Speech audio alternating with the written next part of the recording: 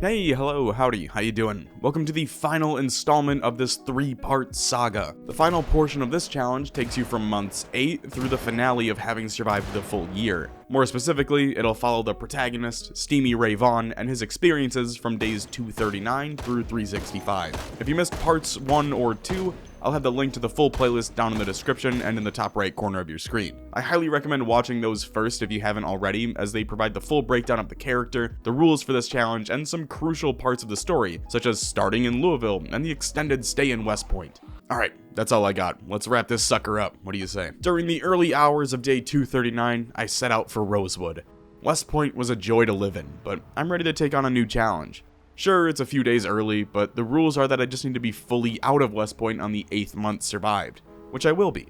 And I won't have a static base in Rosewood until after that. You'll see why shortly. See, I've already survived the worst of the worst. I've gotten through Louisville in the winter on insane pop settings. I dominated West Point's streets and maxed several skills, but I haven't been able to really establish a large-scale base. I mean, come on, I used the brewery in Louisville because it was safe. I grabbed Twiggy's because it was safe. If I wanted to follow that trend, I'd go grab the bar in Muldra or the abandoned warehouse near Riverside. No. It's time for something much more difficult than that. It's time to take on the Rosewood prison. Step 1 was simply getting there. Obviously, Muldra was congested, but other than that, it wasn't too horrible of a drive. When you think crowded streets, Rosewood isn't the first city to come to mind. Step 2 is where things get interesting.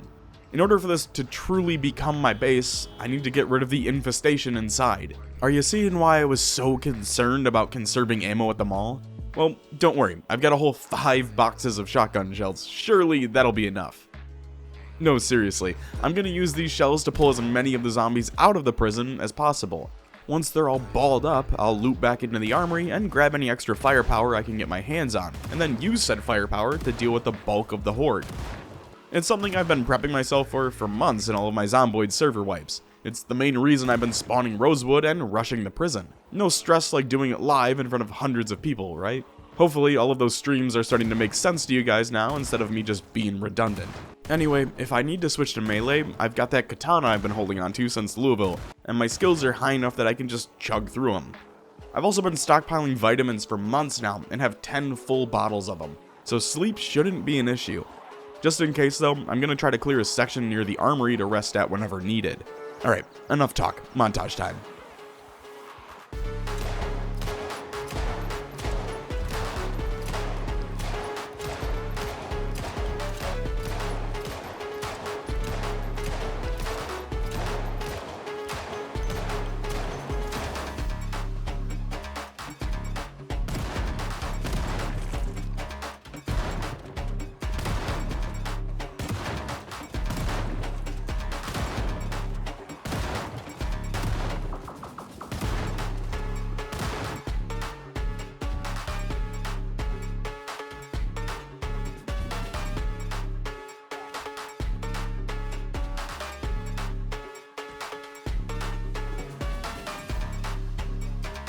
With the armory looted, I set a cot up on the roof of the second story portion of the building.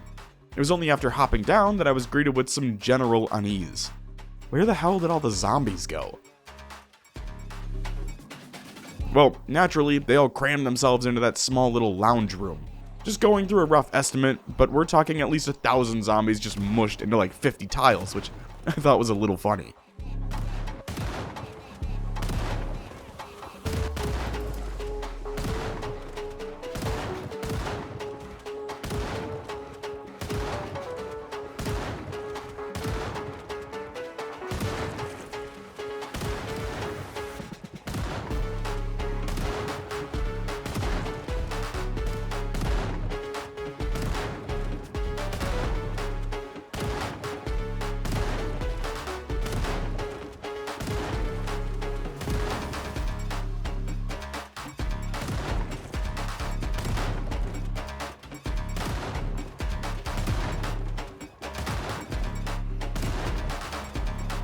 By nightfall, I'd burned through all of my shotgun shells, including the 100 or so that I'd looted from the armory, and even after killing over 500 zombies, it still felt like we had several days to go before any real progress would be made. Honestly, this just felt like the mall, only instead of being able to leave when I wanted, I was stuck here indefinitely. On the bright side, a ton of zombies got stuck underneath the stairs somehow, so I was able to lose the rest of them and hide out on the rooftop near that cot. Shout out level 10 sneaking. I've still got around 300 rounds of 9mm on me, and I know there's several more boxes in the armory still, so hopefully that'll be put to good use tomorrow, but for now, I'm gonna sulk. After waking up the next morning, I tried to push back into the armory, mainly to clear out the zombies upstairs so I could sleep here again tonight. But once it became obvious that this was a losing effort, I just aimed for the bushes and nosedived off the roof. Most of the zombies are still on the ground floor, which was to be expected, so I tried to take advantage of that and stay with melee for a bit, focusing on clearing out the stragglers.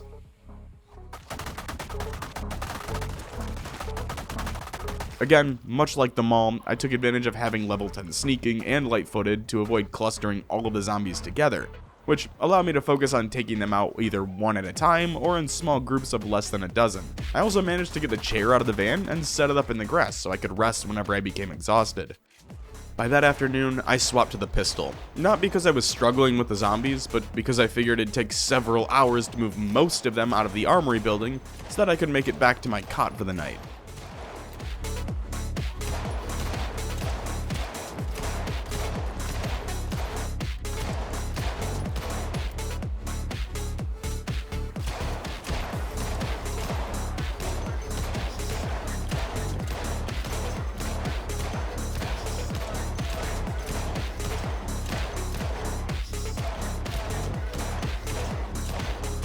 At around 5:30, my M9 broke. Not to worry though, there were still several sitting in the armory, so all I needed to do was head back through the building, wave to the hundreds of zombies stuck in the Harry Potter room, and then loot the armory again, walking away with 3 M9s and almost 400 rounds of ammo. And for those of you who I'm sure have already commented, but what about the corpse sickness, Preds? It's obviously a fucking thing. We just edited around it because this is a video and no one wants to watch me sit down in the grass for 30-minute increments, you fucking half-eaten lollipop. On day 241, I woke up at around 5 AM and immediately got back to it. This time though, I didn't start off with melee. I just opened the door and pulled a Danny DeVito, until being pushed back enough to jump off the roof again. It was apparent pretty early on that we were in for another foggy day, which really fucking sucks when you're dealing with hundreds of zombies. Not like I had much of a choice though. I'm not really in a position where I get to pick and choose my own battles, if you know what I mean.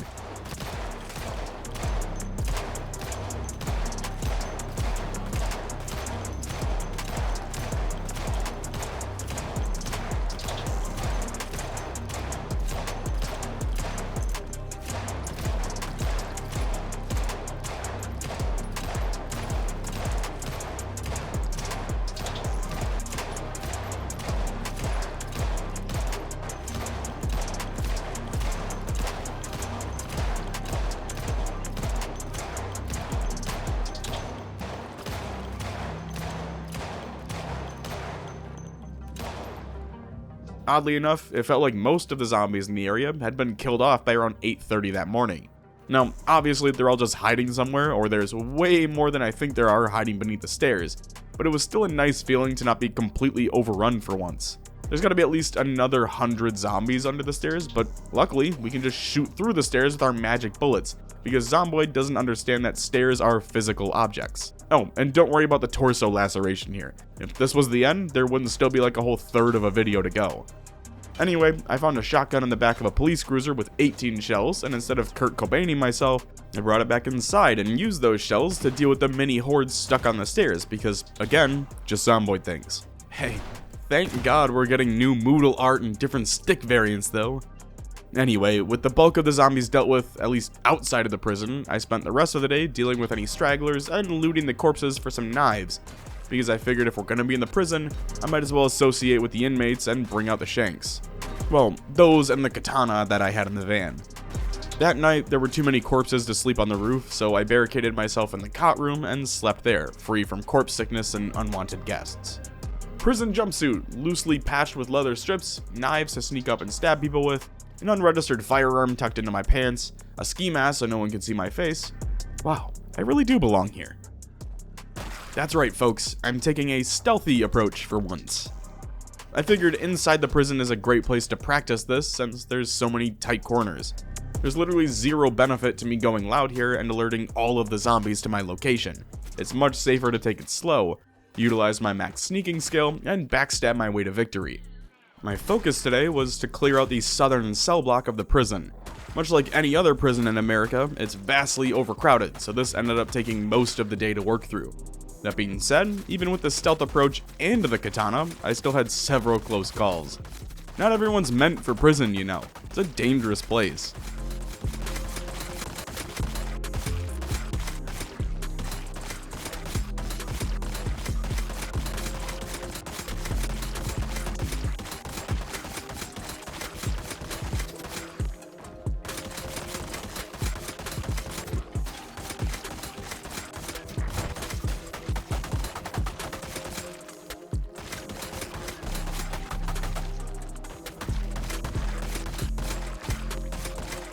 Admittedly, this was incredibly stupid and overly risky, but instead of backtracking all the way back to the armory, I chose to just sleep in one of the prison cells. Not like anyone was using it anyway. It's even got a pretty decent view. It's August 8th today, which means, aside from it being my birthday, it's time to keep pushing into the heart of the prison. Nothing too different today compared to yesterday, just more zombie killing, barred by slow progress due to the amount of twists and turns making up the hallways. Seriously though, you want to be in a constant state of discouragement? Try to clear the prison on insane pop settings. If you don't believe me, this is one of the, 50 hallways in the prison? It's been over 2 hours and there's still zombies flooding in. Every time you pass a small break-off point that leads to another room, it pulls in another 20 or 30 zombies, completely undoing all of the progress you just spent the last 45 minutes making. It's incredibly tedious to work through. On the bright side, stamina isn't an issue because of how little short blades need to function. That'd be changing soon though, since I was down to my final 2 knives by 10 AM. That's including the 7 or 8 that I'd looted off the corpses during yesterday's events. In total, it took over 5 hours to clear this hallway, and that's not even an exaggeration. All of that just to move into another hallway and start the process all over again. Not only did I burn through my entire knife collection, but I also broke my katana in the process as well. That was probably the biggest downside here. With no more bladed weapons, it's back to long blunt, and with that, we lose the benefit of never needing to rest. Essentially, progress is only going to slow down now that we need to disengage every hour or so to recover.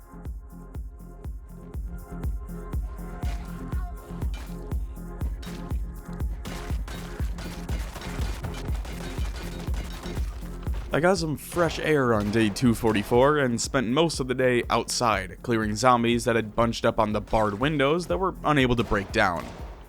There isn't a strategic advantage from this or anything like that, I was just getting tired of listening to them bang against shit 24/7. I guess I shouldn't say the entire day was spent outdoors because this isn't something that's limited to just exterior windows. There were also rooms completely loaded with zombies that were all just permanently aggroed onto some metal bars until I walked over to them. I kicked off day 245 by raiding the cafeteria. After taking note of how empty it seemed, I headed into the kitchen where I found everyone hanging out for a pizza party. The only way in or out from here is through a small window, and since that was too risky, I tried to loop around, only to walk directly into the commons where I was greeted by no less than 200 zombies. At this point, I was pretty fed up with the whole ordeal, so I just pulled out my pistol and started squeezing the trigger.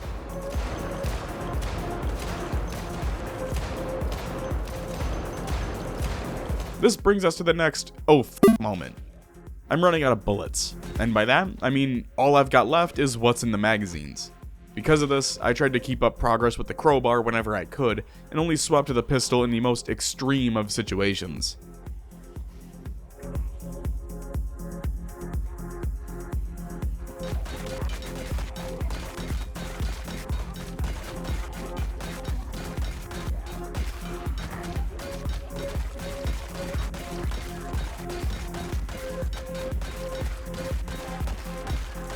After spending several hours clearing out the commons, I found myself staring down the infamous corner office room.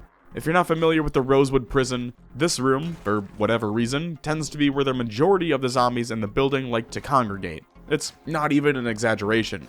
Remember when we first got here like a week ago and all the zombies would cluster below the armory? It's just like that.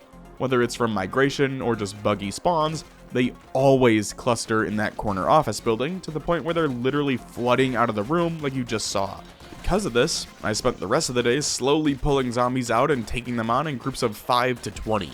This is the safest way to go about it, though it's also the slowest. Oh, and if you're wondering how I'm dealing with corpse sickness, this is how. And for food, I just started looting the cells since they typically have chips, chocolate, or cereal in the dressers, along with some crayons for dessert. I was back at it bright and early on day 246. The literal only goal for today was to secure the commons. I've got the space handled, but that corner office was just going to take at least most of the day to work through, not including the shower room or any other hallways connecting to the place. I had some pretty good success initially, managing to clear the hallway and then the kitchen. The big holdup came at around 9 AM when a crawler tripped me up and almost ended the run. Luckily, I was able to regain my footing and dip out back to the southern cell block. My right arm was scratched from the fall, which is going to severely impact my combat. If you're wondering why not just keep rocking the pistol for now, it's because Zomboid, in all of its glory, also reduces firearm damage when you're dealing with a right arm injury. We discovered this back on the Escape from Knox County video, go check it out if you haven't, but yeah, basically I'll just be at a disadvantage until it heals up. So I just locked myself in a cell and sat around twiddling my thumbs for the rest of the day. Operation Get My F***ing Hat Back commenced on day 247. My arm is still scratched, but I have full swing speed back, so it should be healed in a matter of hours.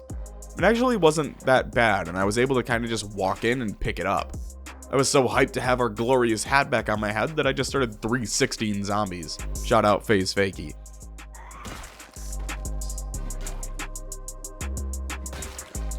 Anyway, I was able to push into the kitchen and even outside of it, which gave me a peek into the classroom to see how many zombies were still left. Spoiler alert, it's a lot. Good thing it's nothing an M9 and a crowbar can't handle.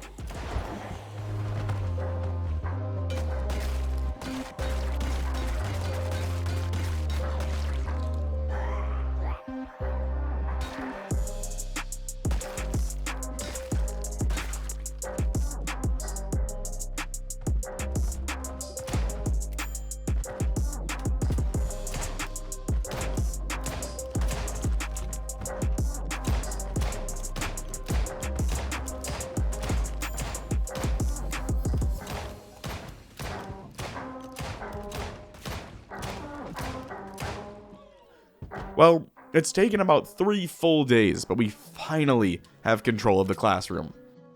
And with that, the commons.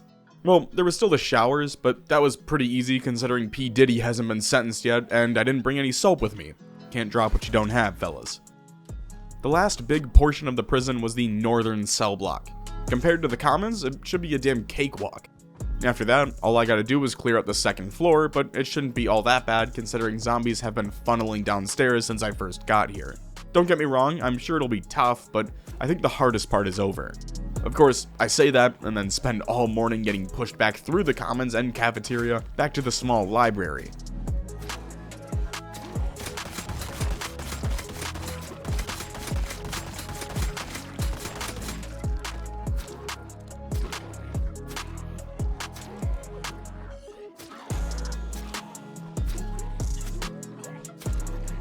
With most of the northern cell block liberated, I turned back to start focusing on the windows, only to have Click to Walk almost kill me by full sending me through a door with like 6 zombies smacking it.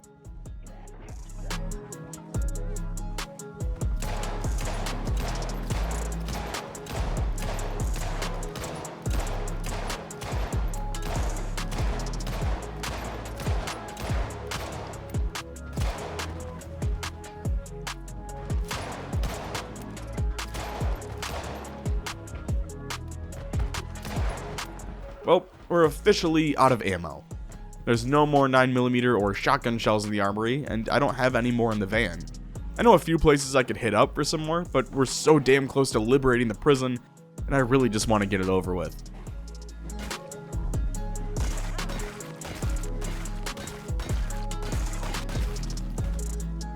Alright, maybe I was a little too quick to say the north cell block was mostly cleared out. Time for a quick break. Here's the progress so far. Sorta. This is only the southwestern portion and doesn't include all of the fighting to get to the cell block, or the middle of the prison that I was alternating between before finding the commons. I'm up to over 12,000 kills so far, which means we've killed about 2,500 zombies over the last 9 days, all within the confines of the prison. And if you're thinking of it, that's more than most casual players will hit in an entire run with a character. I say that not to disparage anyone, but more so to amplify the chaos that's been clearing out the prison so far. We're also doing this vanilla with no weapon mods. Sure, there were guns involved, but only 200 shotgun shells and about 600 9mm rounds. So most of the kills have actually come from using a crowbar or hunting knives. Of course, I brag about this as Rick and Slavic Brad are out here killing literal hundreds of thousands of zombies like it's going out of f***ing style. Love those guys. Anyway, on to day 249. What are we doing on this magnificent day, you may ask? Well, we're headed to the military surplus store in the west to grab some more firepower. If I follow the highway west, it'll lead me straight to it, and only reason I know that is because I based over there during a CDGA zombies wipe on my private Zomboid server like a year ago and still haven't gotten over the PTSD from it. Also, we've officially been here long enough that the zombie corpses are beginning to despawn. I didn't want to take the van since the hood was badly damaged and I still had all of my loot in it, but I was able to find another solid car in the parking lot and use that for the journey.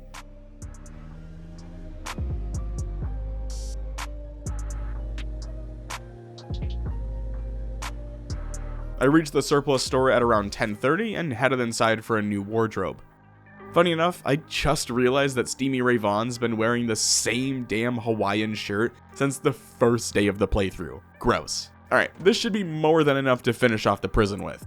With the car loaded up, I headed back and spent the rest of the day sorting out my gear next to the red van. Tomorrow should hopefully be the last day of clearing. Then we can start to figure out a base plan for the final stretch. Pretty quiet here. Time to wake him up.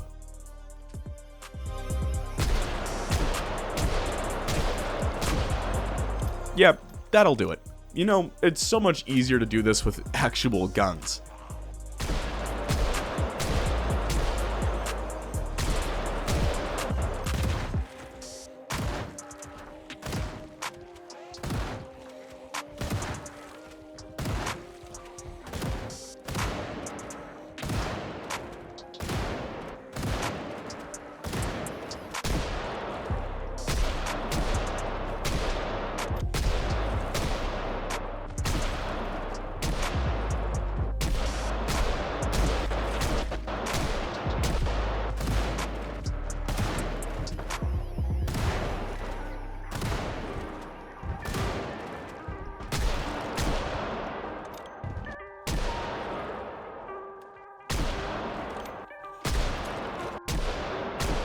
I'd cleared the northern cell block before 10 AM and pushed upstairs to keep the momentum going.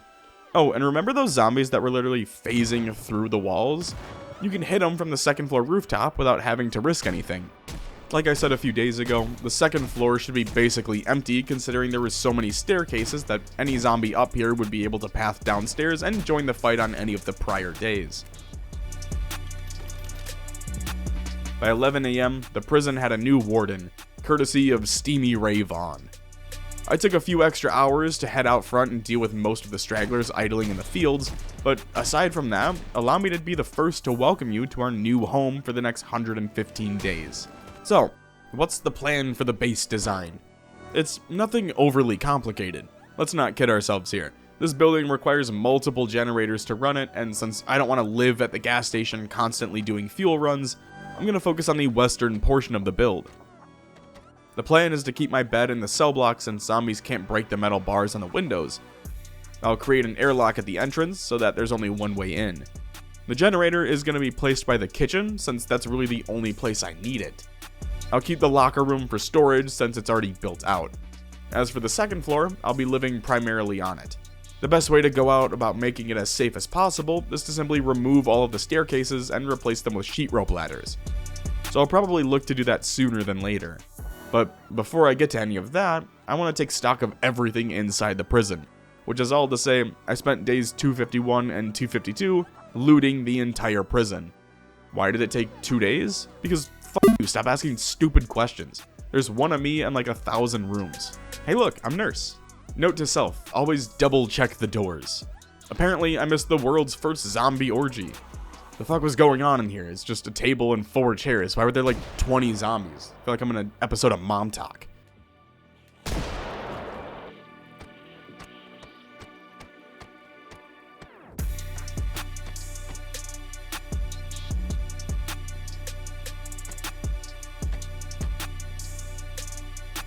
Anyway, this was the full haul from the prison, excluding the armory since I didn't feel a need to go back there. Just throw like 5 boxes of ammo at the end and call it a day. There's about 120 weight worth of shit on the floor, another 140 in the van, and about 80 in the car. So I spent the next few days moving that into the locker storage inside the prison and then organizing it. So here's how everything's set up. I have the weapons and ammo in the armory, the food in the kitchen, and literally everything else is getting crammed into the lockers, which are organized by specific loot type. With the prison looted, it's time to start looking at how to fix the place up, and since the people over at Home Improvement are a little busy, I'm on my own. Now, as we've already established, prison big, Steamy Ray Vaughan small, so we're gonna need to make some massive overhauls to the building. And there's no real way to achieve said overhauls without absolutely ungodly amounts of wood. Put it away, fellas, this isn't an episode of Dateline, you fucking psychos. No, we're just gonna spend like 2 or 3 days chopping down trees. I know that's a lot, and it seems a bit over the top, but you'll see why in a little bit.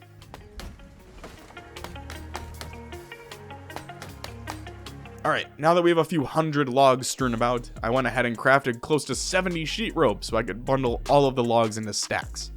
The same process could be done with like 8 sheet rope, but I'm lazy and didn't want to have to keep stacking and unstacking. It's much easier to just stack them all first and then move them.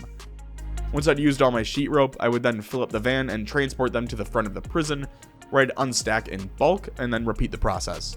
This took another 3 days to move and unstack all those logs into one giant pile, along with about 100 sticks and 50 twigs. This brings us to day 262, where I spent literally the entire day just sawing logs. After 12 hours of sawing them into planks, I left around 160 logs that I could use to wall in the parking lot of the prison.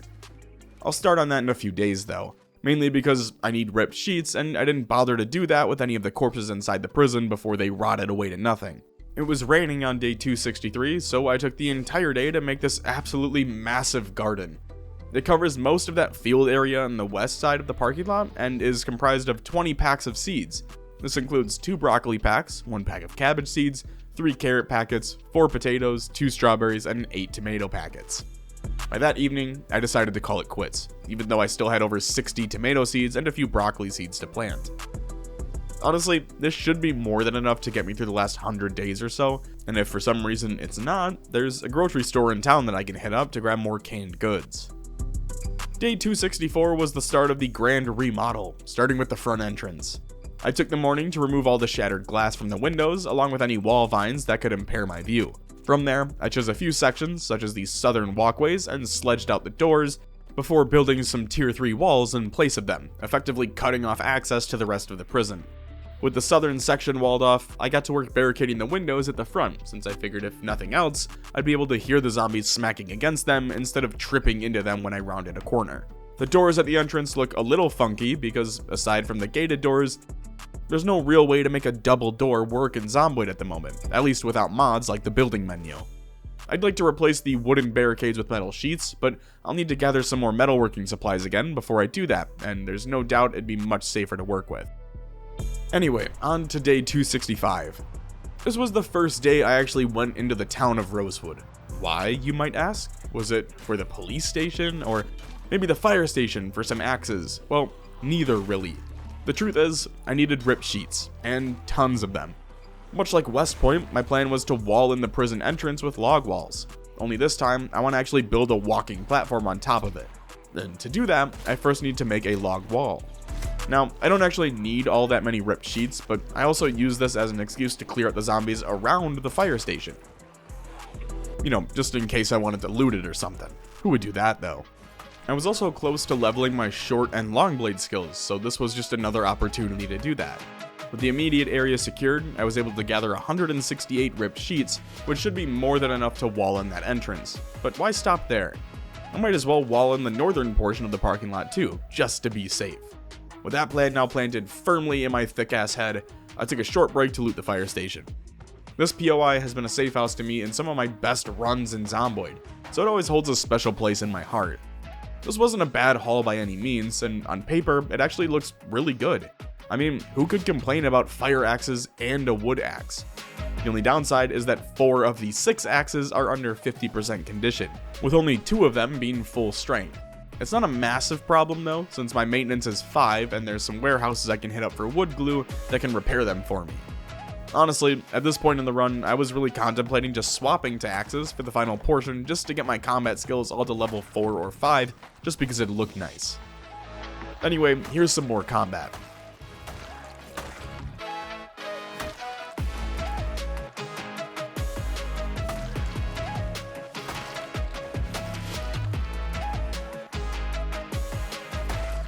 With the police station cleansed, I pulled in another 200 ripped sheets.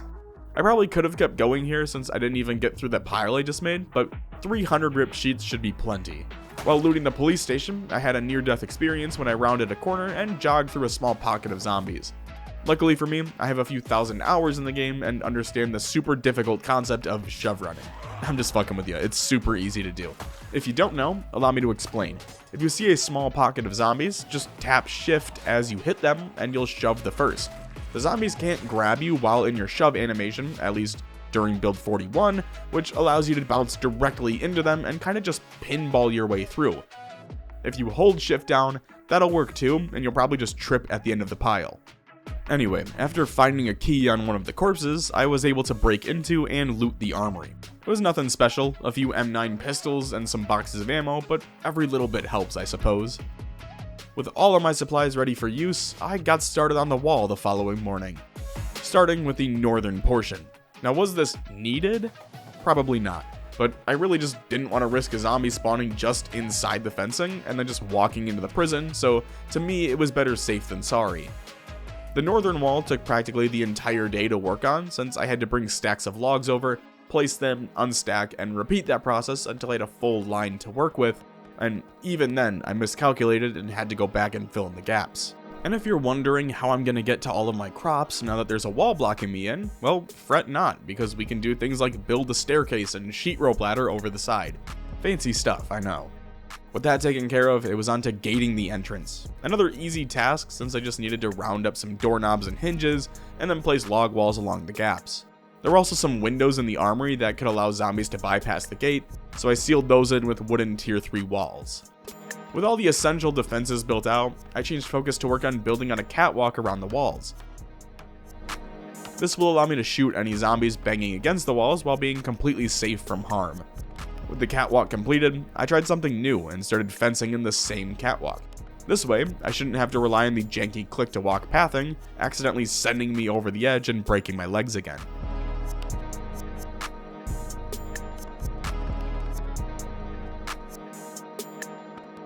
On to day 269. I've still got a ton of planks and logs, but I'm entirely out of nails. There's a few warehouses in the east that I can hit up, so I grabbed the van and began making my way over.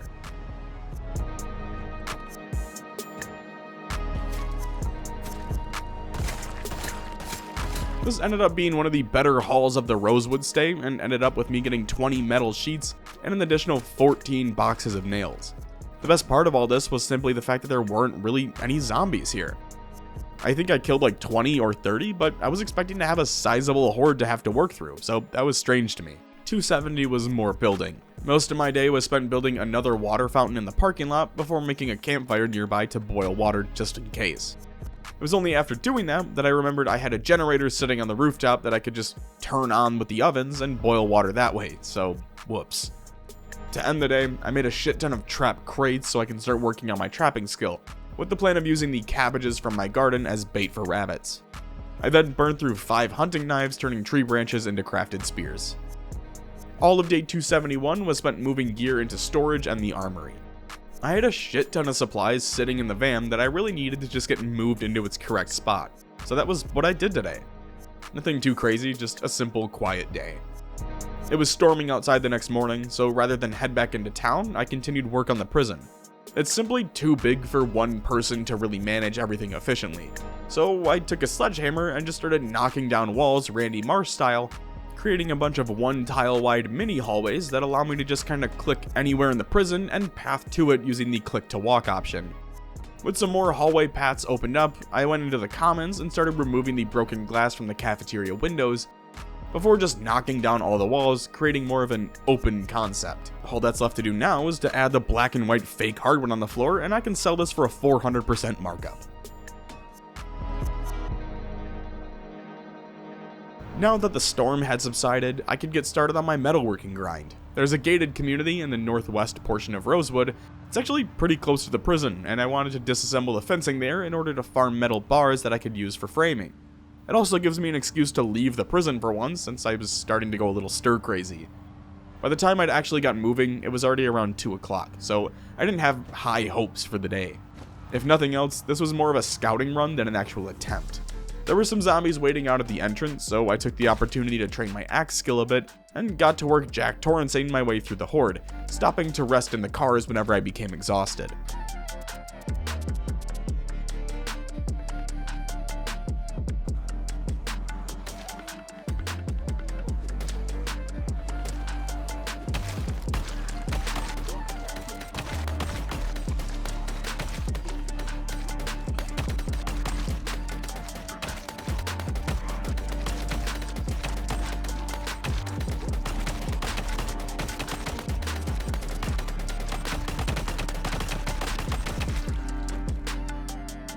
Day 274 saw me picking up right where I left off, except this time I got to start at 8:30 in the morning instead of 2 p.m.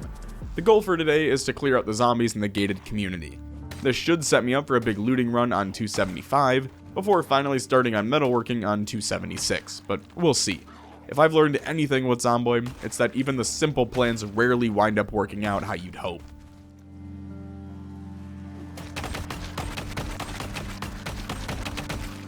By 10 o'clock, poor Steamy Ray Vaughan was shitting his britches from high exertion, so I broke into a house and borrowed a chair to rest at. This actually almost got me killed when I tried to lose a horde in another house, only to climb through a side window at the same time a zombie was nosediving through it like Ralph from The Simpsons.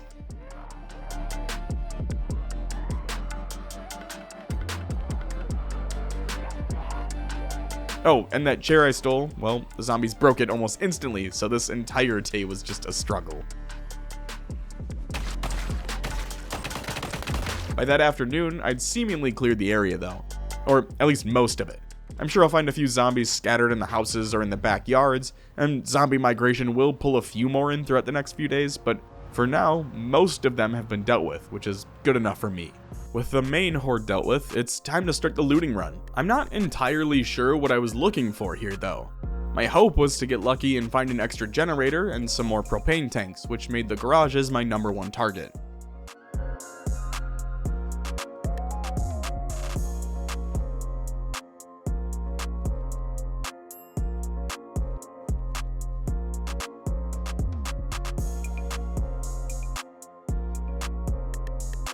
As expected, there were a few stragglers hiding in some of the upstairs rooms, but overall it was a pretty quiet day. I did manage to find another generator in one of the garages. Actually, I found 2 generators, but only took 1 back with me since I have no need for a 3rd at the moment. That being said, I didn't walk away with any extra propane tanks. A few torches, sure, but not really what I was looking for. Oh, and real quick, for those of you wondering why I'm not just disassembling the cell blocks for metalworking, I'd say that's a question for the devs, seeing as the frames are unable to be disassembled. Don't believe me? Go hop into a single player world and try it for yourself and get back to me. That's probably out of scope for build 42 though, so maybe that's something that'll be addressed in the next 10 years of development. I got off to a hot start on day 276 when my fucking tire exploded, or rather transcended to a new dimension. A dimension not only of sight and sound, but of mind. A journey into a wondrous land whose boundaries are that of imagination. Maybe, just maybe, we can find it in the Twilight Zone. Alright, I'm done with that. Sorry for the dated callbacks. Back to mindlessly disassembling massive amounts of fencing.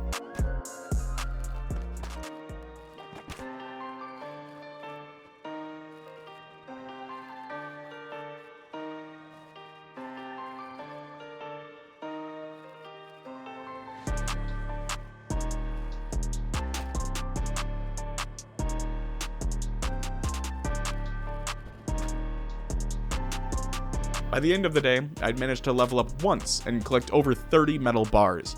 Not bad by any means, but I really need to find some more propane. I can't remember if there were any grills in the residential area, but it couldn't hurt to go take a look, so that'll be the plan for tomorrow. But for now, I just wanted to get home alive. And if you're sitting there wondering if I actually tried to drive this thing back home with the tire missing,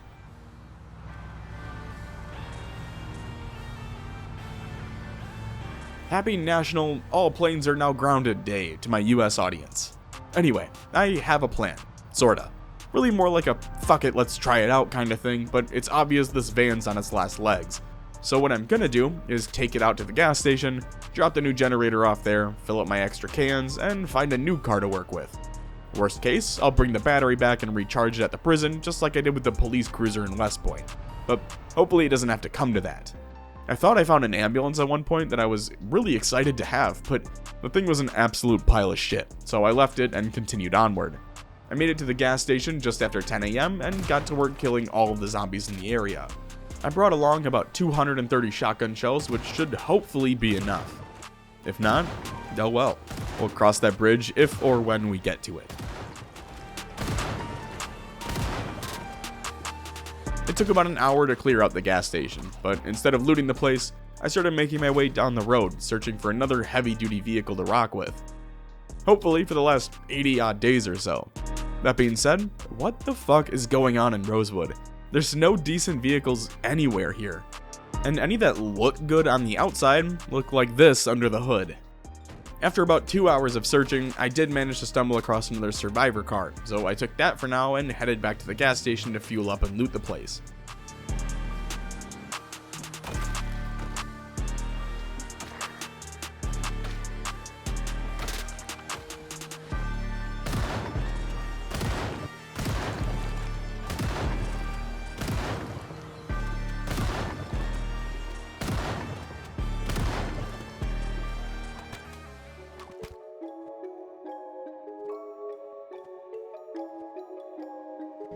Not a bad day by any means.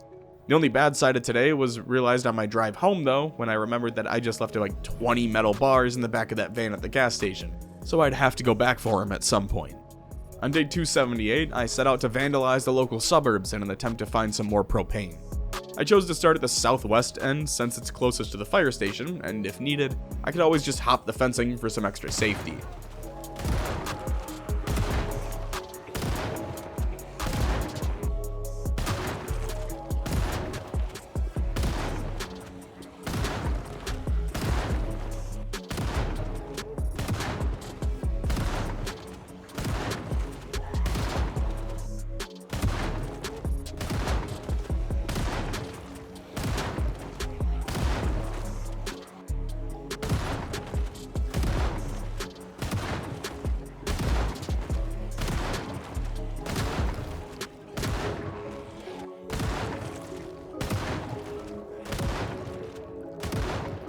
Luckily, it didn't come to that though, and I was able to clear out most of the zombies in the cell relatively easily.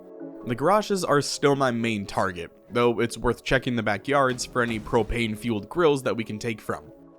By the end of my first day, I'd managed to find one full propane tank from a grill, and one that I could probably get 2 or 3 uses out of in a garage. There's a Catholic church at the far north end that might be worth hitting up, but since I'm not wearing a red headset and a wig, I didn't think there'd be much there that'd interest me.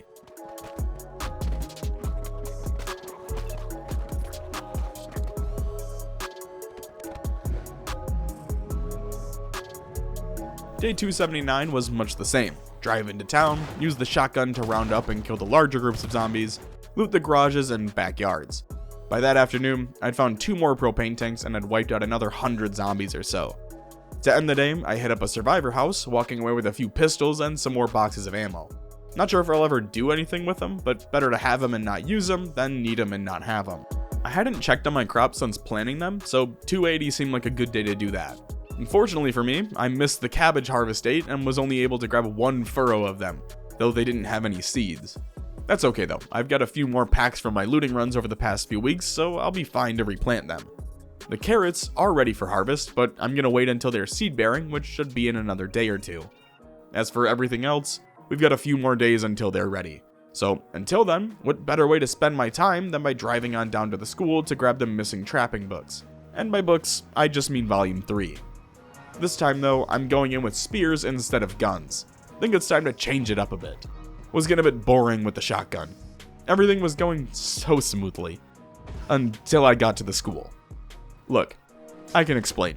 I was listening to music and went to change the song and coasted into the fire hydrant. I wasn't expecting to have a fucking near-death experience because of it, but here we are.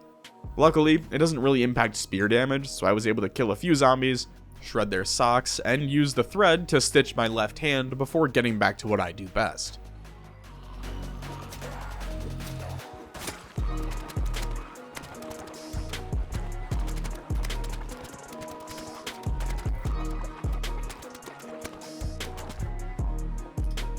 It took most of the afternoon, but I managed to kill the 2 larger clusters of zombies outside and find the trapping volume 3 skill. Honestly, I'm shocked this thing still works.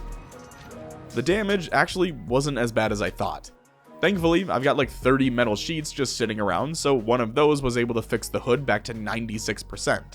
The 9 engine parts I had also bumped the engine back to above 30%, which isn't fantastic, but it could be worse. There's another car on the other side of the log walls, so I took the engine parts from that and slapped those into the blue car, bumping the engine up to 46%, which I felt much more comfortable with.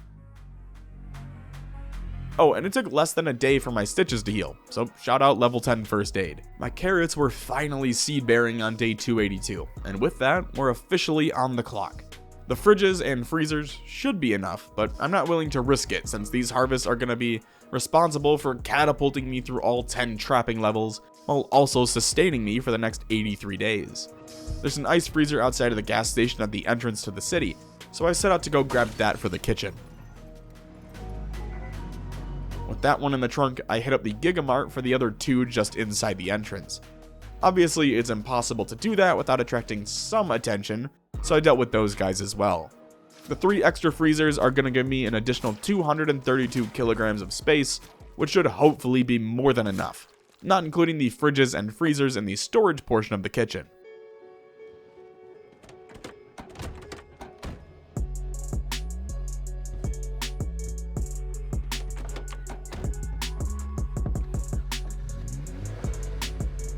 The plan is pretty simple though. Carrots and cabbages are the best for rabbits, which are the best animal to catch at the moment, so I'll use the tomatoes and potatoes as actual food, while using the cabbages and carrots as bait.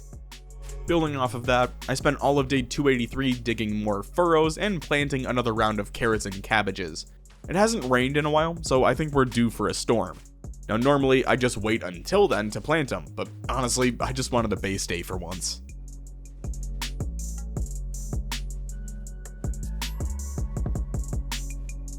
Day 284 was spent foraging. I know, super exciting stuff, but the potatoes are almost seed bearing, so I didn't want to go out on a looting run and risk missing them before they spoiled.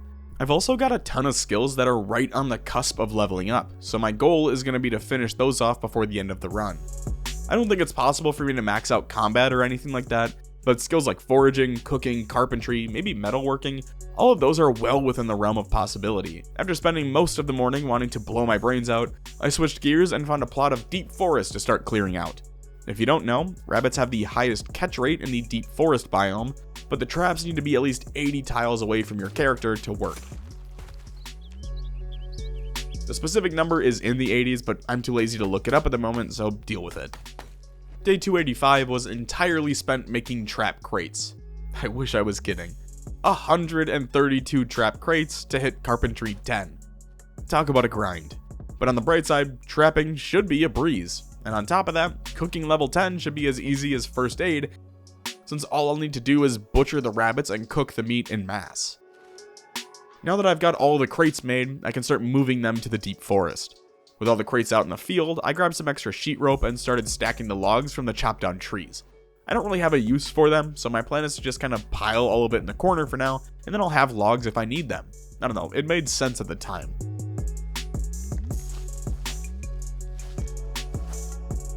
It's storming out, which means it's a fantastic time to risk catching a cold just to set up 50 traps. Probably one of the dumber plans of the playthrough, but honestly, it won't kill me. I've got enough food to just power me through any sickness I might get. So my plan is to just set 50 traps for now. I know I've got a shit ton of extras, but I'll keep them for when some of the crates start to break. 50 seems like more than enough to get me started. Fun fact, I actually used this same strategy on the 1000 Days series when I was based in the Louisville Mall. God, isn't it weird that that was almost like 3 years ago at the time of this video? At that point in my life, I was still working a full-time job in the SOC as a threat detections engineer. I didn't even have a daughter yet or a French bulldog. My life was so much simpler.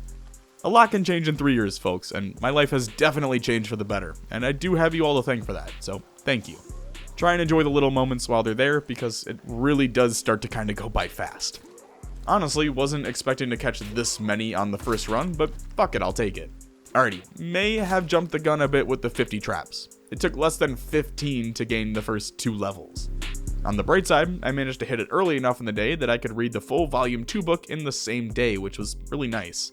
Though I'm not sure what the outcome is going to be for all the traps that had just caught something. This continued into the next day, where I harvested another 23 rabbits, leveling up to trapping 3 and almost hitting level 4, which means tomorrow is going to be another reading day. I'm not going to throw a ton of carrots in all these again though, just like 10 at the front. With that taken care of, I headed back to the kitchen to butcher the 40 or so rabbits I'd caught so far in an attempt to free up some more space. At this rate, I'm going to need more freezers since the rabbits are going to end up taking all of the ice freezers for themselves. And right on time, the potatoes are ready for harvest. With that, we're up to over 300 potatoes and almost 1,000 potato seeds. Just insane. The broccoli is also ready for harvest, so it'll be seed bearing in a few days, but I just said fuck it and harvested it today anyway. Add another 100 broccoli to the storage inventory. In total, it took 4 freezers to store the potatoes and broccoli I'd harvested that day. No one tell the Irish. Fuck. May have been a little too confident with that one. Oh well, it'll just be one more day. Well, what the fuck? Alright, I'm throwing carrots in all of them and dipping out for the day. Finally, now that that's taken care of, it's time to read. Day 293 was more of the same. I spent the morning checking the traps for rabbits and restocking them with carrots, and in the afternoon, I harvested all of my tomatoes. When all was said and done, I brought in 622 tomatoes and over 1,200 tomato seeds, which means all of my freezers are completely full. There's still some space in the refrigerators though, but I'm trying to keep them all frozen. This was pretty much my life for the next few weeks. I even ran out of carrots and had to use potatoes for my bait, which wasn't horrible. They only have 35 attractiveness instead of the 45 that you get with carrots, with cabbages being that middle at 40, so even with the 10-point drop, it's still way better than anything else I've got at my disposal. But yeah, from days 294 to 309, I did nothing but focus on trapping. And listen, I get it. It sounds like way too much time, but much like Nimble or Sprinting or Fitness XP, you gotta remember it's all coming down to random chance. Sure, you can boost the numbers a bit more to be in your favor with trap location and bait, but at the end of the day, it's all coming down to a roll of the virtual dice. Some days I walked away with 3 rabbits, and others I pulled in 20 plus. And I guess I should add that it's not rolling the chance once, but twice. See, not only does there need to be a roll to determine if a rabbit will go into the trap crate, but there's another roll to determine if the rabbit escapes or not. A good way to tell is if a trap crate is still open, but the bait hasn't been removed. That would indicate that a rabbit didn't spawn. If the trap crate is opened without the bait, that would tell us that a rabbit did spawn, passing the first check, only to escape with the bait, meaning we failed the second. And that's trapping. Anyway, the problem with having all of these crops and rabbits means that I ran out of storage way too fast. So I decided to make a game out of it and just see how fat I could make Steamy Ray Vaughan before maxing out the trapping skill. Step 1 was to butcher all of the rabbits. Now, I could have started making stews or stir fries or roasts, really anything, but I didn't need to. I had enough rabbits at my disposal to just butcher them and throw them in the oven to max out my cooking skill in one go. Using all of the ovens in the prison, I managed to cook 92 rabbits at the same time. Hell, after cooking all of those, I even started throwing most of the rabbits away because I simply didn't have the room to store them in anymore. Most of the rabbits were well over 100 hunger, so it was pretty easy to stay full. But the goal wasn't to stay full, it was to essentially mukbang myself into 1,000-pound sisters territory and then Nikocado avocado myself back to greatness. And that was Steamy Ray Vaughan's life for this time period. Wake up, eat, check the traps, eat, walk home, eat, go to bed, repeat. Of course, whenever I hit the next milestone, I'd spend that day just reading the volume 4 or 5 skill book, but those were anomalies. When he started this journey, Steamy Ray Vaughan had a weight of 79, but through hard work, perseverance, and determination, he was able to reach the peak male physique of 112 and climbing by the time he maxed trapping. Now, all that's left to do is lose the weight and become a fitness TikToker, because that's apparently what everyone does now. To kick off my epic weight loss journey, I did a few sprints until I lost the double up arrow. As of build 41, you can only lose 1 weight per day though, so even on my best grind, it'll take a good month before we're back to an ideal weight. Not unrealistic by any means, but it does kinda blow that you can gain 2 per day and only lose 1, but I get it. It's not a complaint or anything, just simply how it works as the time of recording this. Next up is more of a hodgepodge of skills. I've got a few combat skills that are close to leveling up, so I threw those items in the trunk, then grabbed all my propane tanks and torches, and set off for the school. Since I basically just spent like 3 weeks doing nothing but impersonating Lenny's favorite pastime, and didn't end up with a bullet in the back of the head, there's a ton of zombies that have respawned that I'll have to deal with.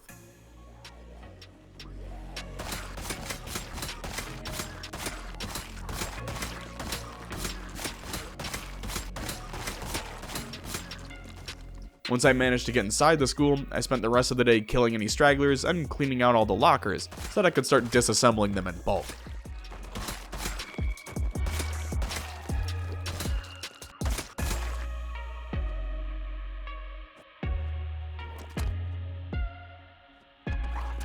After spending the night in the janitor's closet like I was Tom Cruise, I got to work disassembling every single locker in the school, only to not even level up once. Kind of a bummer, but I don't know, I'll figure it out. On day 312, I spent my time reclaiming the gas station so that I could keep the generator running back at the prison.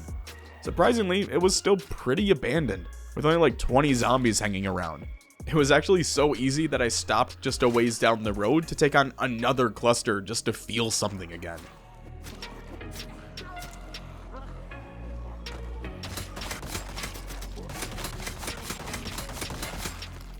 To kick off day 313, I leveled up electrical to 4. I know, super exciting stuff. I then spent the rest of the day reading the next skill book out of habit because I didn't think that I'd probably never have a need for this ever again. 314 was a giant prep day. This was probably one of the dumbest things I've done considering I'm still morbidly obese, but I grabbed an M14, over 1,000 rounds of ammo, a katana, a crowbar, and a ton of spears, and tossed them in the trunk. Tomorrow, we're going to March Ridge. On the morning of day 315, I hopped in the car and drove on down to the world's shittiest city. I made it into town by 9:30, and once I parked the car, it was on. I decided to start with the M14 until I either burned through all of my ammo or the rifle broke. That should thin the hordes enough for me to swap to melee and get some work in, even while staying morbidly obese.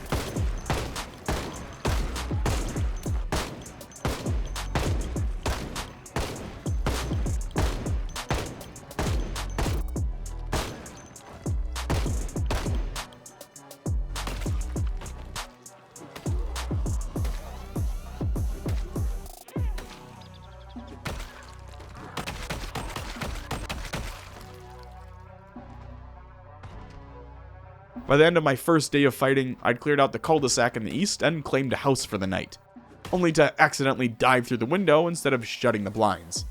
Luckily, it was just a scratch and not a deep cut, so I should be fine by the morning.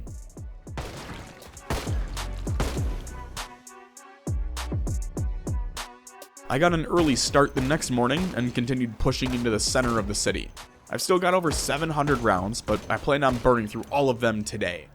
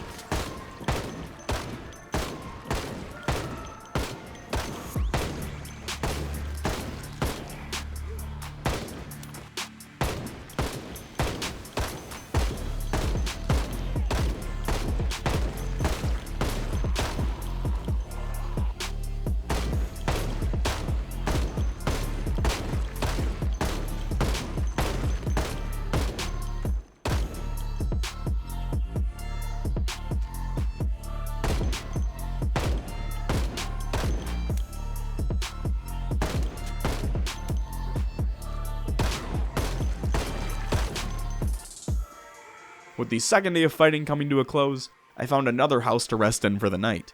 Tomorrow, I'm going to try and clear the parking lot outside of the barracks and hopefully start making progress into it. I have no idea what I'm actually going to do with the place, considering I don't need any of the loot or anything like that, but I think it'll be fun to work through. We're basically just running purely off of vibes at this point, if I'm being honest. By 7 AM the next morning, I'd managed to successfully bob and weave my way through the hordes and make it to the parking lot of the barracks. I still had a few hundred rounds of 308 to work with, so I continued with the M14 and started clearing the area.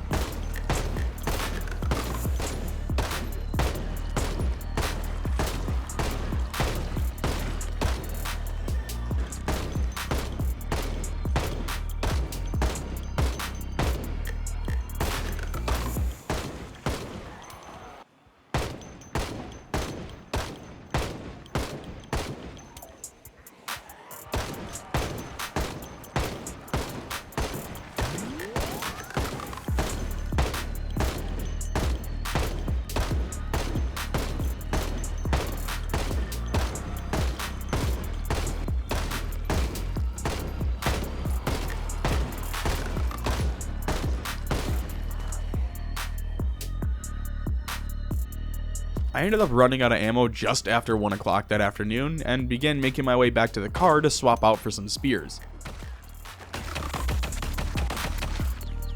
This is where shit got pretty wonky. Remember here, Steamy Ray Vaughan is still fat as shit, so he gets tired after like 10 swings. Day 318 was the start of the melee grind, starting with the katana.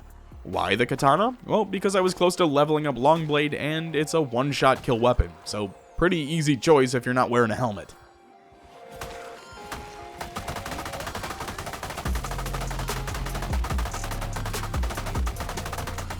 Once the skill was leveled and the katana broke, I swapped to spears, only to immediately become exhausted. Luckily, there were a few cars to rest in, and by that afternoon, I was able to finally push into the barracks, leveling up my spear skill in the process. Once that was kinda cleared out, I spent the rest of the day looting the ground floor, walking away with an untouched machete and a baseball bat.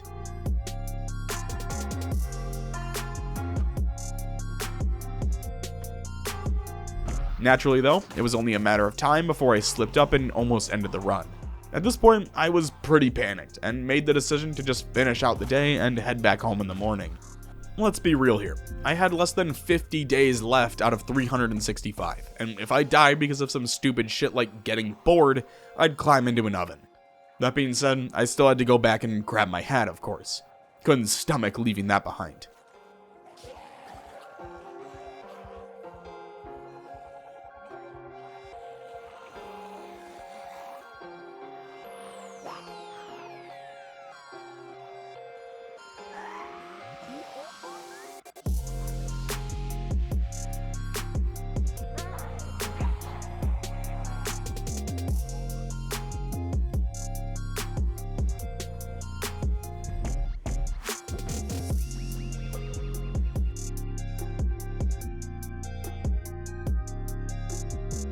With the hat secured, I hopped in the car and started driving back to the prison, somehow flipping my car in the process. Following the events of March Ridge, I decided it'd be best to simply avoid all combat for the remainder of the run, and instead, focus on something I usually don't spend much time on: building. Now, you may be wondering, what did you build? Maybe another sky deck, or maybe you decorated the prison and remodeled it. No. See, I've got hundreds, if not thousands, of planks at my disposal, and about a dozen axes and wood glue to give me a few thousand more whenever necessary.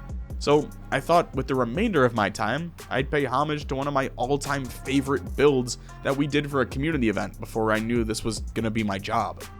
It was the last event before we had our daughter, and it's one that's always stuck with me. Built almost entirely by one admin, Bragskin, there lies a castle in the middle of the Bedford Falls military outpost. Players were tasked with defending it from waves of the undead until they either survived or everyone died.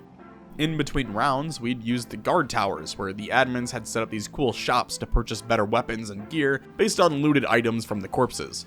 It was simple, and we've definitely gotten a lot more complex in the last 2 years, but it's still one of my all-time favorite events. I'll have the stream for that pinned in the time cards if you're interested in seeing what it actually looked like, but if you don't want to watch a VOD, that's all good, because I tried my best to recreate it in its entirety. So, I'll show some shots of the build and explain it as I go, and then on day 365, I'll show off the completed build with a little base tour a la PZ Cribs. First things first, I had to find a spot large and open enough to build the damn thing. I didn't want it too close to the prison since it's all deep forest, so I settled on a plot in the southwest in the farmlands portion of Rosewood. Not far enough that the drive takes hours, but not close enough that I can see it from the cell windows. With the plot found, I could have spent the next several days driving all those stacks of logs over to the place, but that would have taken too long and been incredibly boring. So instead, I just grabbed all of my axes and began clearing out the entire plot. The thought process was pretty simple. It'd have to be done anyway to build here, and I needed the supplies. It also didn't help that someone put a tree right in front of my car, so I had to continue on foot from here on out. But that's besides the point. Thankfully, there was another survivor van that I hadn't obliterated over at the fire station, so I just hopped in that and added it to the collection. So, I know I just said that the whole plan was to avoid combat, but you gotta understand this is Project Zomboid, and that's just not possible. So what I did was I grabbed a crowbar and an M9, and kept those on standby for when a few zombies would sneak up on me during my war on the Lorax. There weren't any large-scale fight scenes like the mall or the prison or anything like that, but it did force me to at least be a little careful throughout this portion of the build. After cutting down a few dozen trees, I stacked up all the logs and sawed through most, leaving about 70 logs to move just in case. This gave me a few hundred planks to start with, and I got to work building out the foundation. I'm trying not to showcase too much of the building so that the tour isn't completely spoiled, but by the 8th, I'd wrapped up the ground floor and began building onto the second story. It took a few more days just to add flooring, but once that was done, I got to work walling everything in, using fencing on the perimeter instead of actual walls, and saving them for the interior. Ladies and gentlemen, welcome to day 365, the final day. It's been a long road, and taken almost 6 months to record and edit all of this. Here's what my skills look like after the chaotic journey. Not horrible, but I definitely feel like I could have grinded out a few more levels if I really tried to, but that's for another video coming in a few months.